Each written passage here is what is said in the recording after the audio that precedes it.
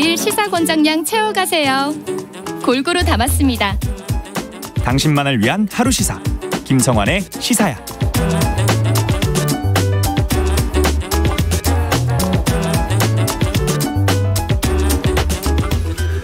오늘은 노인학대 예방의 날입니다. 노인학대에 대한 사회적 관심을 높이기 위해 지난 2017년 제정이 됐지만 매년 노인학대 신고 건수는 오히려 증가하고 있다고 하는데요. 초고령화 시대에 노인학대 문제를 어떻게 해결해야 할지 이미진 건국대 사회복지학과 교수 연결해서 얘기 나눠보겠습니다. 교수님 안녕하십니까?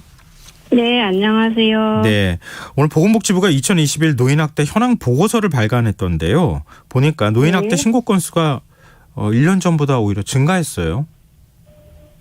네. 어느 정도 증가를 한 겁니까? 신고된 건수는 지금 19,391건인데요. 예. 이 신고된 건수 전체가 다 학대 사례는 아닙니다. 일반적인 상담 사례도 있고요. 네. 학대로 판정된 사례도 있는데 일반 사례는 작년에 이제 1,714건인데 올해는 12,617건으로 17.8%가 증가를 했고요. 네. 학대 사례는 작년에 6,259건인데 올해는 6,774건으로 8.2%가 증가를 했습니다.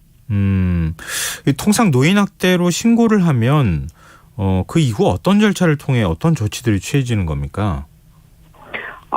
여러 가지 경로로 이제 신고가 될 수가 있는데요. 예. 최근에 이제 경찰에 신고하는 경우도 많고, 노인학대를 전담하는 기관은 노인보호 전문기관이라고 합니다. 그래서 이제 신고가 들어오면 조사를 할 것인지 말 것인지 결정하게 되는데 가능한 이제 조사를 이제 하게 되고요. 네. 현장 조사를 나가게 됩니다. 현장 조사를 나가서 이 사례를 학대 사례로 볼 것인지 아니면 그냥 일반적인 사례로 볼 것인지 판정을 하게가 되고요. 만약에 이제 필요한 개입이 있다면 이제 당장 이제 가해자와 피해자를 분리시켜야 된다면 분리 조치를 하게 되고 필요한 서비스를 제공하거나 그래서 사례가 이제 동결이 되게 됩니다. 그렇군요. 근데 재학대율도 증가가 됐다고 하거든요. 증가했다고 하는데 이거는 기존에 학대받은 분들이 만약에 사후 조치가 제대로 됐다고 하면은 또 학대받기 어려워야 되는데 다시 또 학대를 당한다고 하는 거잖아요. 그러니까 이 네. 보호 조치가 제대로 안 이루어지고 있다 이렇게 해석해도 되는 겁니까? 신고가 이제 다시 들어온 것이 문제다라고 볼 수도 있고요. 예. 꼭 문제라고 볼 것인가 여지가 있는데 일단 재학대가 돼서 이제 그 재신고가 들어온 그 사례들을 좀 분석을 해보면 이 사례들은 실은 굉장히 오래된 역사가 있습니다. 그러니까 말씀드리자면 네. 전형적인 경우 이제 아들이 알코올 중독인 경우고요. 그래서 보통 이제 어머니를 때리는 그런 신체적인 학대인데 이 알코올 중독이 치료가 되지 않고서는 이 학대가 멈춰지지 않는 거예요, 실은. 네. 그래서 학대 신고가 들어와서 일시적인 분리 조치가 이루어진다고 하더라도 그게 실은 영원히 이제 분리되지 않기 때문에 좀 잠잠해지다가 다시 또 이제 신고가 들어오는 경우죠. 네, 그래서 이게 그 학대가 갖고 있는 이 특성들이 있고요.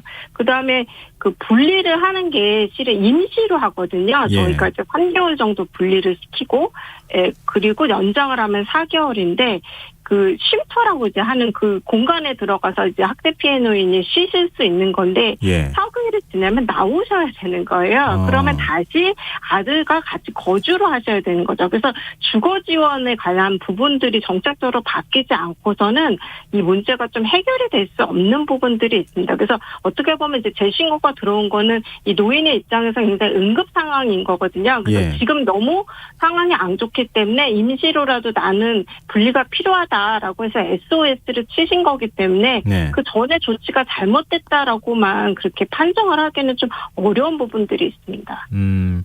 어떤 판단에 관한 문제라기보다는 근본적인 구조적인 문제가 있는 것이다. 네, 이렇게 네. 지적을 정책적인 해주셨는데요. 그 분리를 할 수 있는 그런 네. 주거 지원이 되지 않고 그 학대 행위자인 그 알코올 중독인 그 행위자를 치료하지 않고 이런 문제가 해결이 안 되는 거고 그리고 단기간에 이 문제를 해결해야 되는 거거든요. 쉼터에 있는 3개월, 길어봤자 4개월 동안 이제 이 노인보호 전문기관 이제 사회복지사들이 이 사례를 해결을 하게 되는데 단기간에 이렇게 주거 지원을 하고 알코올 중독을 치료하고 이게 실은 불가능합니다. 그렇기 네. 때문에 제도가 바뀌지 않고서는 이 재학대율은 다시 증가할 수 있고 뭐 어떻게 보면 이제 응급 상황에서 급한 불은 끄는 그러니까 다시 신고가 들어왔다는 게 어떻게 보면 응급조치를 해서 일단 급한 불은 끈 상태라고 볼 수 있기 때문에 무조건 나쁘다, 잘못됐다라고만 보기도 좀 어려운 측면이 있습니다. 그렇군요.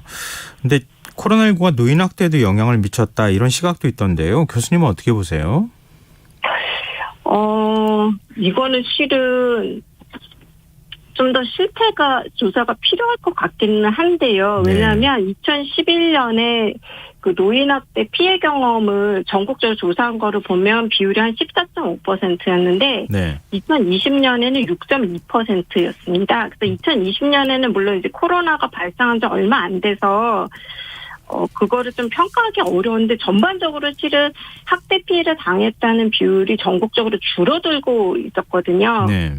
그런데 실은 학대 신고는 굉장히 많이 일어나고 있죠. 건수가 증가하고 있죠. 이제 그것은 이제 노인들이 많아지고 있는 점, 노인 인구가 절대적으로 많아지고 있고, 그리고 그 국민들이 전반적으로 인권 감수성이 굉장히 높아지면서 학대 피해를 받으면 적극적으로 신고를 한다는 거죠. 예. 그런 점이 두 가지가 작용을 하고 코로나19도 일부 영향을 미쳤을 것으로 생각이 듭니다. 왜냐하면 노인들이 밖에 나가지 못하고 그쵸. 집에서 이제 가족들하고만 지내야 되는데 요새는 이제 노인 부부가 제일 많은데 집에서 계속 노인 부부들이 지내다 보면 실은 뭐 말싸움도 하게 되고 갈등도 일어날 소지가 있거든요. 만나지 않으면 실은 갈등이 없는데 만나면 실은 갈등이 있을 수 있기 때문에 시간을 많이 지내면서 실은 이런 가족 간의 갈등이 심화돼서 노인 학대로 연결됐을 가능성도 있다고 봅니다. 근데 이 부분 좀 더 조사가 좀 필요하다는 생각이 듭니다. 신고가 많이 들어왔다고 해서 네. 노인 학대가 많이 발생했다고 볼 수는 없는 거거든요. 네네. 근데 그 네. 지금 말씀하시는 거에 연장선일 것 같은데요. 학대 행위자가 아들인 경우가 많았는데 이번 조사를 보니까 배우자가 제일 많았다. 이게 이제 서로 간에 계속 접촉이 빈번해지면서 나타나는 현상인 겁니까? 일단 그러니까 자녀와 동거하는 비율이 저희가 굉장히 줄어들고 있잖아요. 예.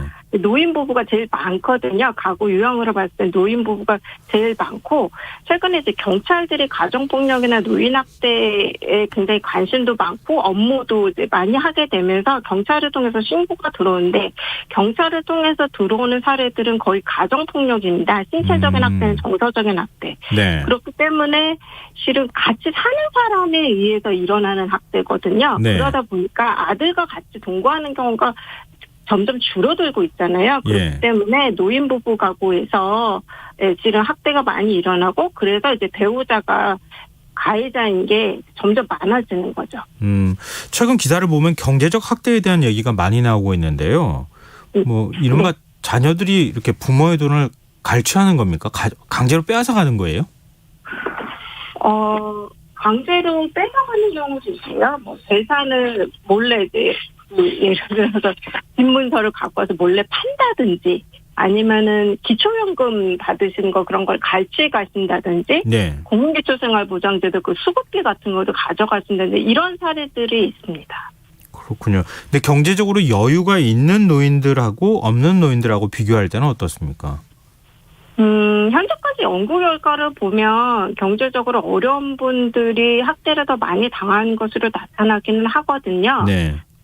네, 근데 이 부분은 좀 더 저는 연구가 필요하다는 생각이 드는 게, 경제적 여유가 있는 분들이 실은 피해가 있어도 이거 얘기 안 하셨을, 그러니까 실은 이게 굉장히 가족 내에 굉장히 좀 어두운 그런 감추고 싶은 일이잖아요. 네네. 그렇기 때문에 신고도 적극적으로 안 하셨을 가능성도 있고 응답을 또 안 하셨을 가능성도 좀 있어서 네, 경제적으로 여유가 있는 사람보다 경제적으로 어려운 사람이 경제적 학대를 더 많이 당한다 이렇게 단정적으로 얘기하기는 조금 어려운 것 같습니다. 근데 이렇게 와서 돈 주세요 뭐 이렇게 예를 들어서 그렇게 한다고 하면요. 반강제로 네. 돈을 가져가 버리거나 빼앗아 갔다고도 표현할 수 있을 것 같은데 이런 경제적 학대는 신고를 하면 처벌을 받습니까? 저희가 그 친족 상도례라는 게 있습니다. 그러니까 네. 가족 간에 이루어진 경제적인 거래에 대해서는 국가가 개입을 하지 않겠다는 거거든요. 네. 그리고 이제 뭐 예를 들어 내가 경제적 학대로 피해를 받아서 신고를 하신 노인이라고 하더라도 실은 돈을 다시 돌려받거나 이러기 위해서는 실은 수사가 필요하거든요. 그리고 이제 소송이 필요한 경우가 상당히 있는데 노인분들이 또 그렇게까지는 원하진 않으세요. 네. 네, 그러다 보니 실은 노인보호 전문기관에서는 경제적인 학대를 다루기는 좀 어렵습니다. 그러니까 사회복지사들은 실은 그 가족관계에 대한 전문성이 있고 그런 사람과의 관계, 납부 형성 뭐 이런 거에 전문성이 있지 뭐 법률이나 수사 전문가는 아니잖아요. 그렇기 때문에 경제적 학대를 노인보호 전문가 지금 현재 상담원들 주로 이제 사회복지사들만 있는 지금 상황에서 경제적 학대를 다루기는 좀 어려운 점들이 있습니다. 그래서 주로 그 기초연금이라든지 아니면 국민기초생활보장제도 그 수급비라든지 이거는 굉장히 좀 분명하기 때문에 네. 네, 그런 부분에 대해서는 개입을 하지만 그 이외에는 개입을 못하고 네. 그리고 대부분의 노인들도 처벌을 원하시는 건 아니거든요. 그렇군요. 근데 뭐 초고령화 시대를 맞아서 노인 인구는 앞으로 계속 증가하지 않겠습니까? 그리고 그럴수록 노인 학대 문제가 더 사회적인 어떤 그 문제가 되고 그러면서 좀 대안을 좀 만들어야 할 필요가 있다라고 하는 목소리가 더 커질 것 같은데 교수님 보시기에 아까 구조적인 문제에 대한 지적해 주셨지만 어떤 대안을 좀 만들어야 된다고 보십니까? 일단은 그 굉장히 만성적인 학대와 반복적인 학대를 받는 분들은 실은 행위자와 분리가 될 필요가 있고요. 주거가. 네. 그다음에 이제 경제적인 자립에 대해 혼자서 살아가실 수 있겠죠. 그래서 그런 부분들이 필요하고 또한 행위자에 대한 그러니까 가해자에 대한 좀 개입도 필요한데 이분들이 뭐 알코올릭이거나 아니면 실업이거나 실은 여러 가지 문제를 갖고 계세요. 그래서 네. 자기 감정을 통제를 못하고 스트레스를 받았을 때 그거를 노인에게 실은 학대를 통해서 푸시는 거기 때문에 실은 이 분들에게도 서비스가 필요한 거거든요. 치료가 필요한 거거든요. 그렇죠. 그래서 이런 정책들이 같이 이루어져야 되고 그리고 무엇보다 중요한 건 실은 노인 학대가 굉장히 심각한 문제다라는 인식이 있어야 되는데 우리 사회는 아직 아동 학대에 비해서 노인 학대에 대한 관심들이 많지 않으신 것 같아요. 그래서 전반적으로 사회적으로 인식 개선이 이루어지지 않고서는 노인 학대 문제 해결은 좀 어렵지 않을까라는 생각을 하고 있습니다. 노인 학대에 대처할 수 있는 어떤 전문 기관이 있습니까? 아까 말씀드린 것처럼 노인보호 전문기관이라고 전국에 지금 35개 기관이 있습니다. 네. 그래서 노인 학대로 의심이 되시면, 네, 그러니까, 노인 학대일 수도 있고 실은 아닐 수도 있거든요. 네. 그리고 뭐 신고를 한다고 해서 꼭 처벌을 받거나 그런 것이 실은 아닙니다. 그 대부분의 사례는 실은 한 50% 정도는 문제가 잘 해결이 됩니다. 잘 몰라서 학대를 하는 경우도 있고 네. 실은 고의적으로 학대를 한 게 아닌 경우들도 있거든요. 네. 그래서 개입에 의해서 문제 해결이 잘 될 수도 있습니다. 그래서 학대 피해가 있다, 아니면 학대가 의심된다고 하면 1577-1389로 전화를 하시면 각 지역에 있는 노인보호 전문기관에 신고가 됩니다. 24시간 365일 전화를 받고 있거든요. 네네. 그래서 이 번호로 1577-1389로 신고하시면 됩니다. 네, 알겠습니다. 1577-1389. 예, 네. 학대를 받고 있다, 학대 피해를 받고 있다고 생각하시는 분들은 이 번호 꼭 기억하셨으면 좋겠습니다. 네, 오늘 말씀 여기까지 듣겠습니다. 고맙습니다. 네. 예, 지금까지 이미진 건국대 사회복지학과 교수였습니다.